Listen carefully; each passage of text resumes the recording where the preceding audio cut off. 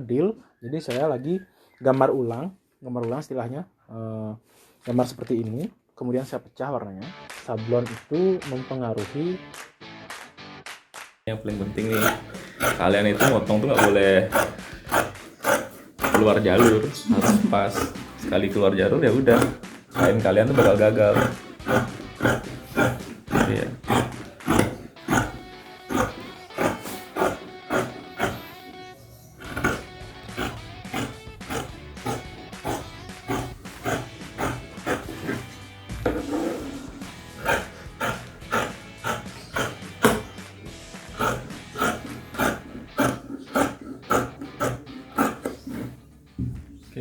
Oke, saya menjalankan usaha konveksi ini dari tahun 2015. Dari sebelumnya saya pernah bekerja sama orang juga di bagian konveksi juga, jadi saya dapat ilmunya di sana.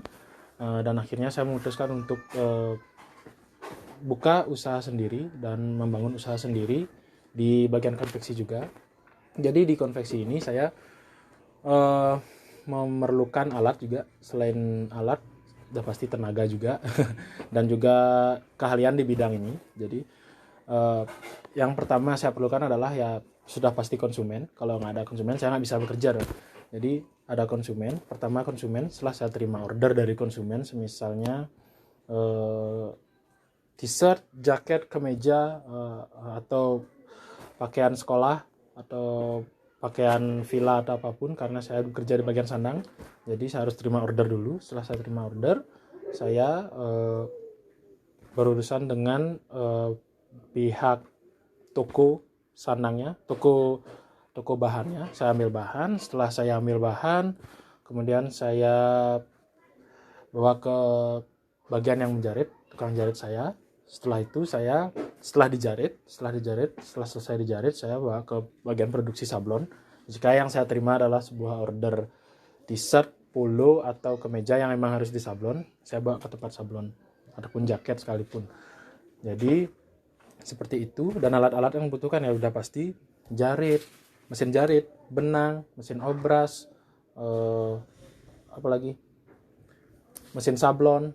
Kalau di sablon ini sebutnya rotary. Ini semua manual dikerjakan, jadi tidak di print sama sekali. Hanya yang di print itu hanya screen dan film, kita sebutnya di sini film. Kalau di sablon, di konveksi kita sebutnya film. Apa ini? Bikin filmnya nih, Kin. Film? Ini film dengan film Tapi ini kayak SMP. pasar. Satu. Saya kasih tahu. Takir ini terbuat dari apa nih? Penciptaan. Percetaan, masa? Takir ya? Ya, kalkir. Kalkir.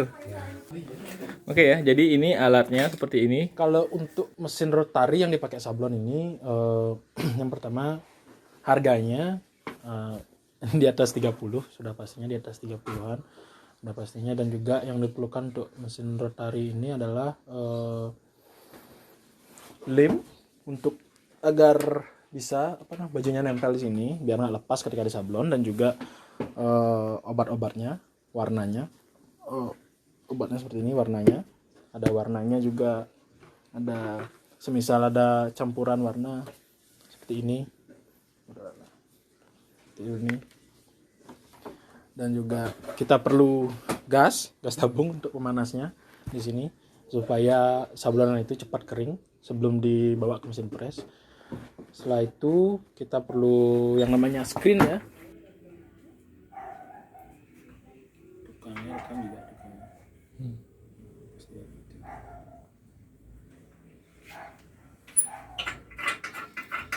Oke, jadi ini namanya screen ya. Kalau di sablon kita memerlukan ini, di rotary untuk sablon baju kita memerlukan ini. Jadi kalau semisal desain satu warna, screen bisa dipakai satu.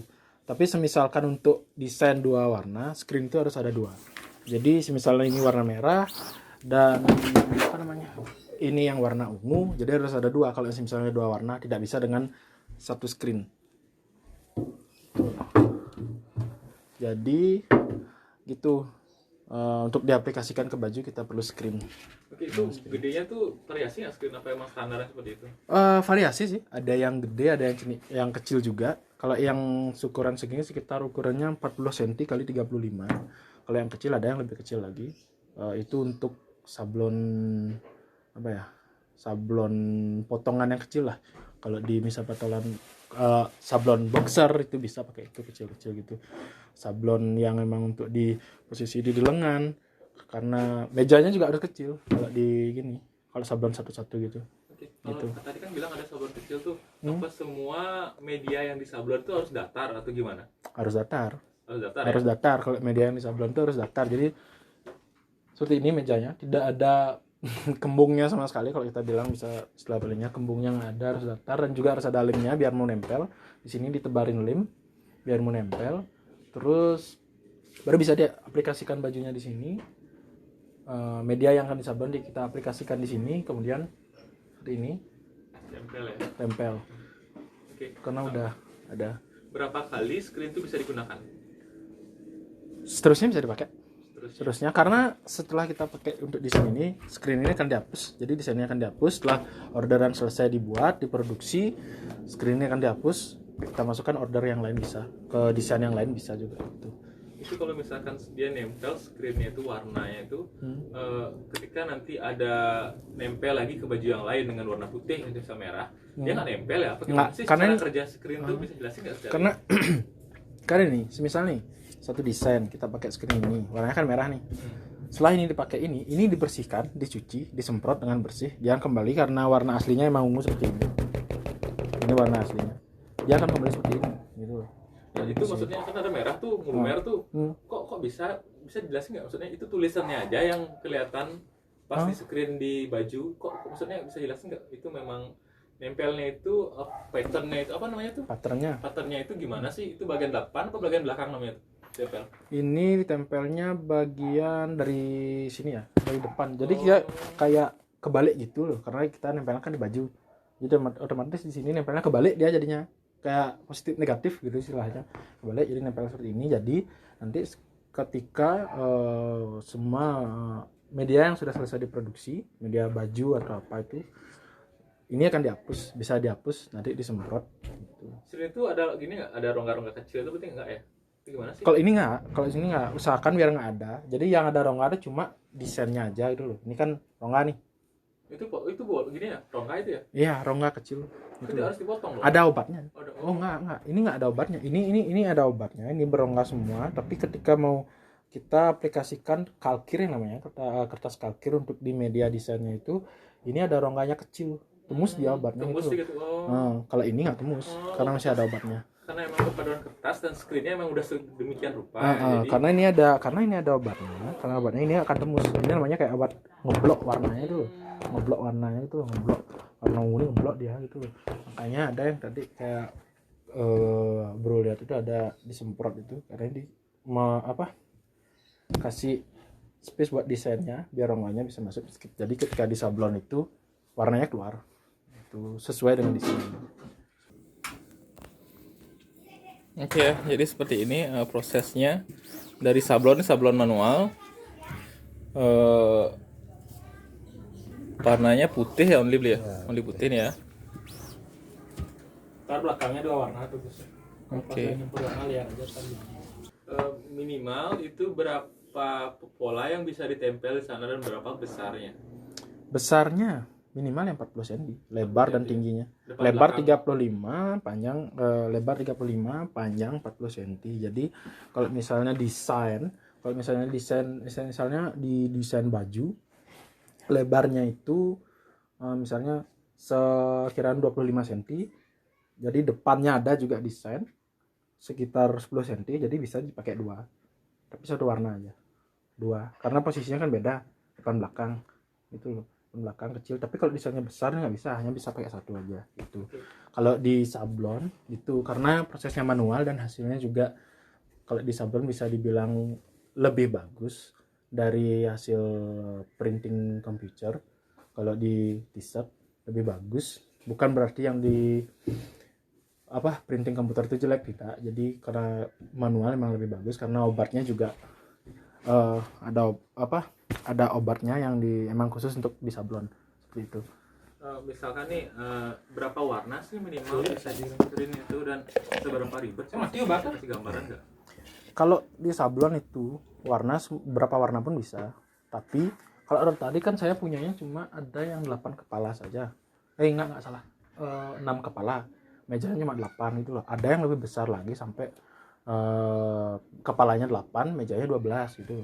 Jadi kalau mau sablon satu lusin langsung satu lusinnya bisa gitu. Warnanya bisa berapapun gitu. Bisa berapapun. Cuman ya itu prosesnya lumayan karena banyak warna, screen juga banyak ngabisin. Makanya kalau di sablon manual itu konveksi yang punya sablon manual seperti ini minimal ordernya paling satu lusin lah, karena prosesnya juga lumayan. Jadi ini bakal ditambahkan warna putih, white gitu. Ya rata dia putihnya itu, pasti ada bolong birunya. Mana birunya itu misalnya. Matiin apa? Nah, ya. Di kafir. Jadi desainnya kan misalnya udah berwarna, sebelumnya udah warna. Ini anggap aja layar komputer ya. Layar komputer. Jadi desainnya mau seperti ini nih. Oh gitu ya, kirim ke saya. Jadi saya lagi karena dia kadang kasih filenya kan JPEG, nggak file mentah seperti Corel dan lain-lain kan. Kasihnya JPEG kan. Oh ya, saya terima order, deal. Jadi saya lagi gambar ulang istilahnya. Gambar seperti ini. Kemudian saya pecah warnanya karena ini sablon kan. Ini namanya kalkir, kertas kalkir. Jadi saya pecah lagi misalnya ini gambar desain ini 2 warna, saya pecah jadi 2 warna gitu. Tapi di kertas kalkir itu hanya hitam aja, tidak bisa di print dengan warna merah, biru atau apa, harus hitam karena pengaplikasiannya di screen harus hitam, nggak bisa berwarna, harus hitam aja. Jadi misalnya desain 3 warna, 2 warna itu dipecah dia hitam dulu. Pecah warnanya misalnya warna merah tuh dipisahin dia khusus warna merah aja gitu loh, dipecah dia. Tapi di print hitam, nanti pengaplikasiannya di screen gitu. Yang disebut ada namanya PU, biasanya di HP ada PU gambar gitu loh. Oh, gambarnya seperti ini gitu. Jadi yang nyablon, yang tukang sablonnya tahu dah, oh kayak gini warnanya gitu. Oh yang warna yang udah dipecah itu di kertas kalkir itu udah ada gininya. PO-nya, oh ini warna ini gitu. Karena di kalkir itu memang harus hitam, nggak bisa berwarna di screen seperti itu.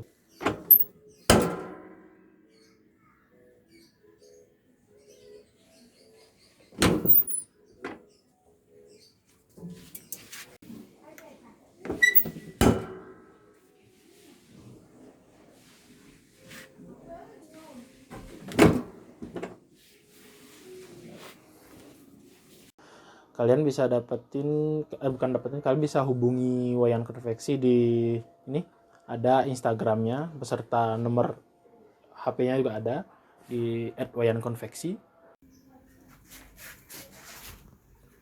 Wih, nice no. Nice lu masuk lo kayak nabung lo masuk